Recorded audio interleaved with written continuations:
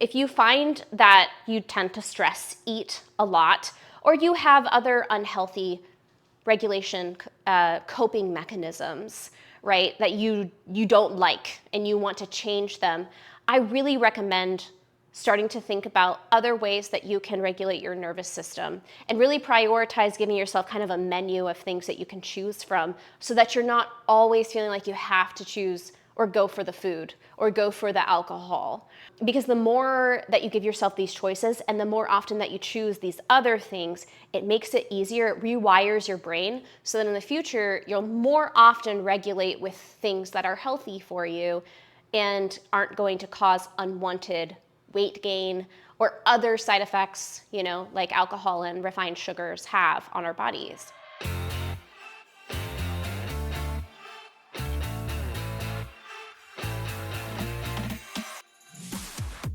Hey there, welcome to the Coaching Corner podcast. I'm Jade Harrison, aka JD Gaines.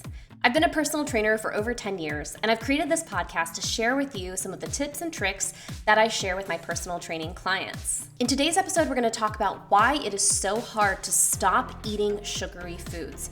I'm going to share with you a conversation that I had with my Twitch chat while I was live on my Twitch channel, twitch.tv/JDGaines.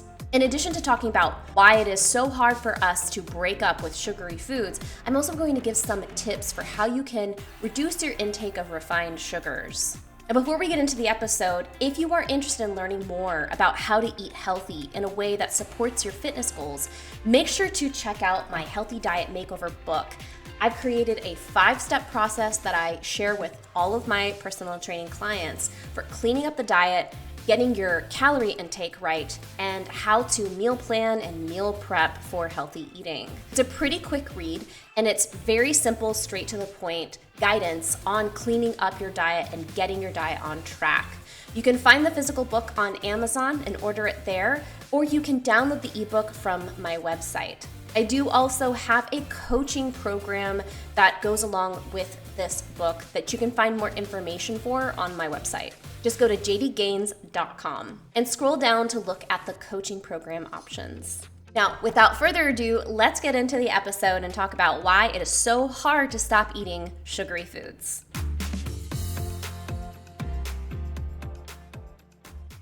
The thing about a lot of foods that have refined sugars in them or beverages that have refined sugars in them, they are engineered to be addictive. They're literally made to make you addicted to them. So having it just once or twice greatly increases your the likelihood that you'll do it again pretty soon.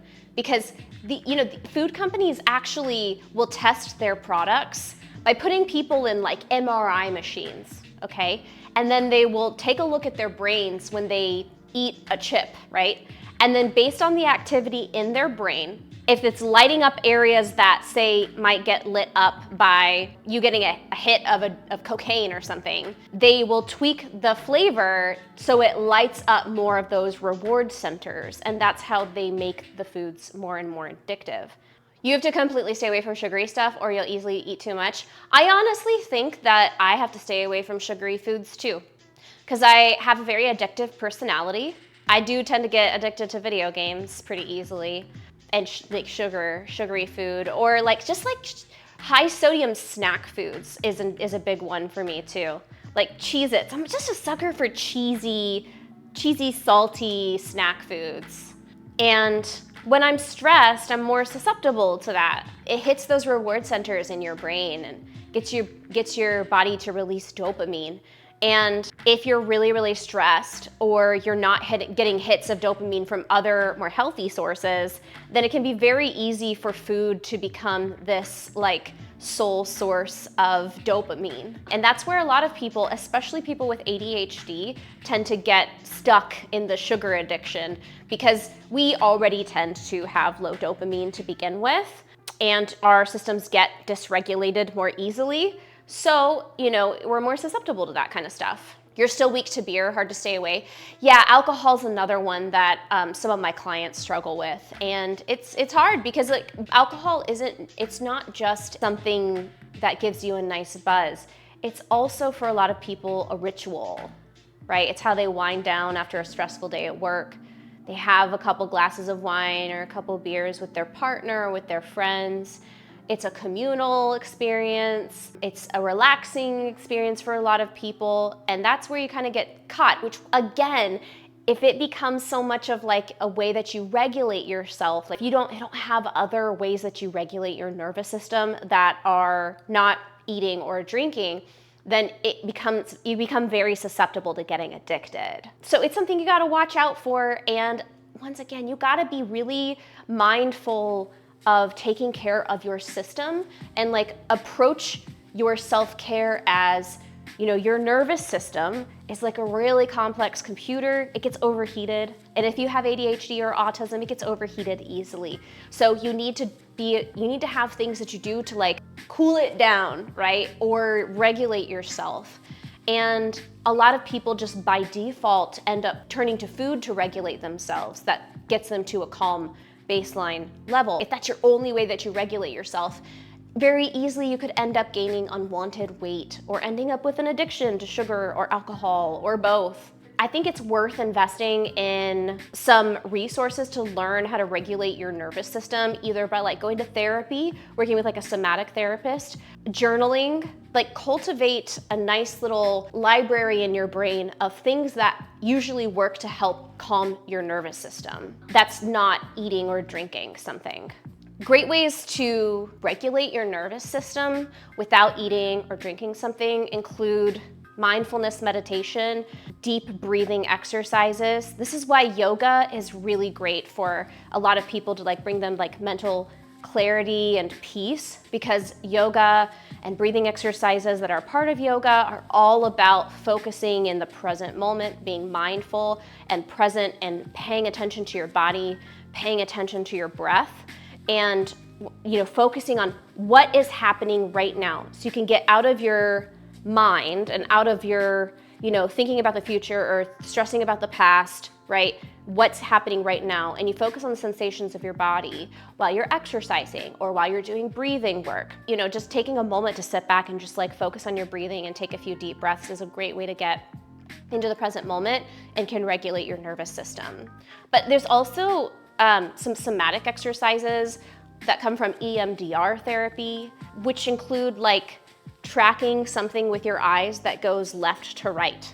Because bilateral stimulation of your brain, where you go left, right, left, right, left, right, whether that's your eyeballs moving or you feel something, you're doing taps left, right, or you're hearing music that goes from your left ear to your right ear, has a great effect on like calming your mind and helping you when you're in a really dysregulated state. So a really common somatic EMDR exercise for helping you to regulate your nervous system is called the butterfly hug. Basically, you take your hands across your shoulders like this, like you're giving yourself a hug, and then you just tap side to side, and you just try to focus on the feeling of that tap, left, right, and you focus on the feeling of the taps.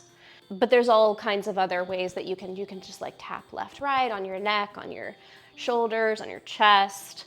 And then exercise itself is a great way to regulate your nervous system. You don't have to go to the gym and just like crush your body and like, stress yourself. Sometimes your workouts can just be, I need to regulate my nervous system. I just need to get some blood flowing and I need to do something that's kind of not stressful to my system, but just movement, right?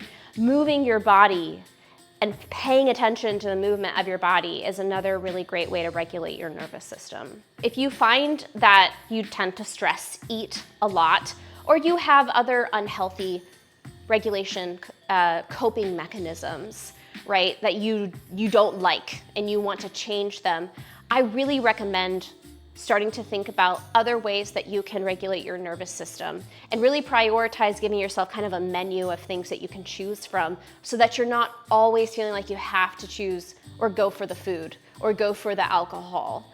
Because the more that you give yourself these choices and the more often that you choose these other things, it makes it easier, it rewires your brain so that in the future, you'll more often regulate with things that are healthy for you and aren't going to cause unwanted weight gain or other side effects, like alcohol and refined sugars have on our bodies. But getting with a therapist, especially someone who works with like somatic therapy strategies, EMDR is a great example. Cognitive behavioral therapy also has a lot of like physical exercises.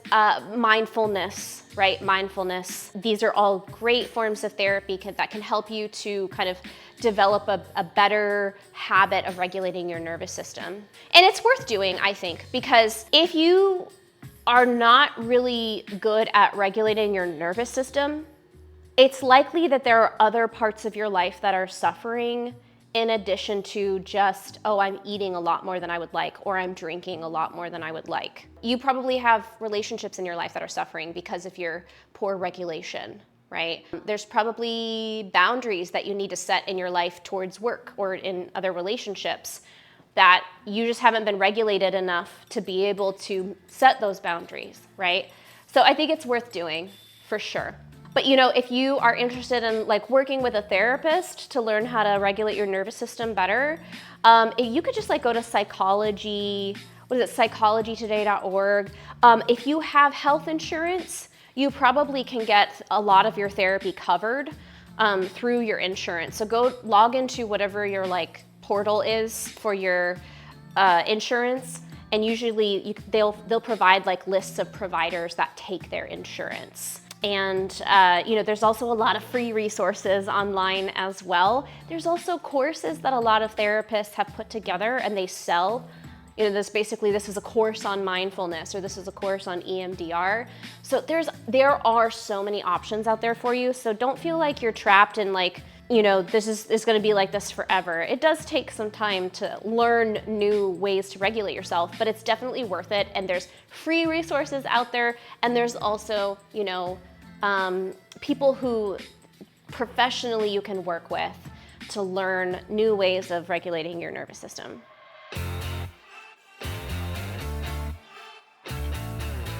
Thank you so much for watching or listening to this episode of the Coaching Corner podcast.